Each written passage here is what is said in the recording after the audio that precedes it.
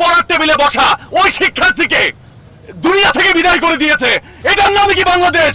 অবস্থা ছিল সেই সময় বাসার ছাদে আমি আমার সন্তানকে নিয়ে যাওয়ার সাহস পাইনি। আমার মনে হয়েছে আকাশ থেকে কোনো একটা গুলি হয়তো বা আমার প্রিয় সময় লাগে কেড়ে নিতে পারে। এটা বাংলাদেশ হতে পারে না, যেখানে আমি আমার সন্তানকে নিয়ে ঘরের সামনে আমরা হাঁটতে পারি না। আজকে হয়তো বা অন্য কারো সন্তান গেছে।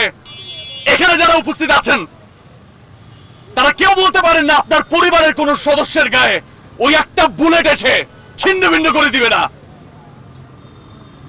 এই বাংলাদেশ পাওয়ার জন্য সম্ভবত 30 লক্ষ প্রাণ 1971 সালে যায়নি। এই বাংলাদেশের স্বপ্ন কেউ দেখেনি। যারা রাস্তায় বের হয়েছে, পড়ার টেবিলে বসেছে, জানালার কাজ দিয়ে গুলি এসে এসে পড়ার টেবিলে বসা ওই শিক্ষার্থীকে দুনিয়া থেকে বিদায় করে দিয়েছে। এটার নামে কি বাংলাদেশ? আমার প্রশ্ন 18 কোটি বাঙালির কাছে। বারান্দায় এসেছে কি হচ্ছে সেটা দেখার জন্য, সেখান থেকে প্রাণ চলে গিয়েছে। গণমাধ্যম কর্মী আমরা রাস্তায় নেমেছি সংবাদ কাভারের জন্য। আমার ভাই দুনিয়া থেকে বিদায় নিয়েছে, এর নাম বাংলাদেশ? প্রশ্ন পুরো 18 কোটি বাঙালির কাছে। আমরা সঠিক বিচার চাই। পুরো বাংলাদেশে আমরা যে যে পেশায় আছি নির্ভয়ে নিঃসংকোচে বায়াস না হয়ে আমরা আমাদের সেই কাজটুকু করতে চাই। কোনো কিছুর প্রয়োজন হলে রাস্তায় আসতে হলে মানুষ রাস্তায় আসবে। ক্ষমতা ক্ষমতা যে যে পেশায় আছে ক্ষমতা, সেই ক্ষমতায় বাংলাদেশের মানুষ তাদেরকে বসিয়েছে। বাংলাদেশের মানুষের প্রাণ নেওয়ার জন্য নয়, তাদের অধিকার তাদের দাবি পূরণ করার জন্য। আমাদের দাবি থাকলে, অধিকার আদায়ের জন্য কোনো কিছু বলার থাকলে আমরা রাস্তায় নামবো। সেটির সেফটি সিকিউরিটি যারাই ক্ষমতায় থাকবেন তাদেরকে দিতে হবে।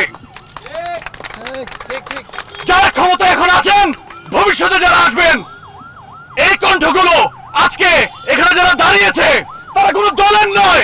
এখানে যারা দাঁড়িয়েছে তারা পুরো বাংলাদেশের কণ্ঠ। পুরো বাংলাদেশের জন্য আমরা এখানে একত্রিত হব। পুরো বাংলাদেশের জন্য আমরা কথা বলবো। তাতে যদি প্রাণ দিতে হয়, সবাইকে মনে রাখতে চাই 1971 সালে যারা প্রাণ দিয়েছেন একটি স্বাধীন দেশের জন্য, নতুন বাংলাদেশের জন্য, এই বুকটা এবং এই কপালটা প্রস্তুত আছে। আমরা ভালো বাংলাদেশ চাই, স্বাধীন বাংলাদেশ চাই, সাধারণ মানুষের বাংলাদেশ চাই, যেখানে একটা সাধারণ মানুষকে কোনো কারণ ছাড়া প্রাণ দিতে হবে না।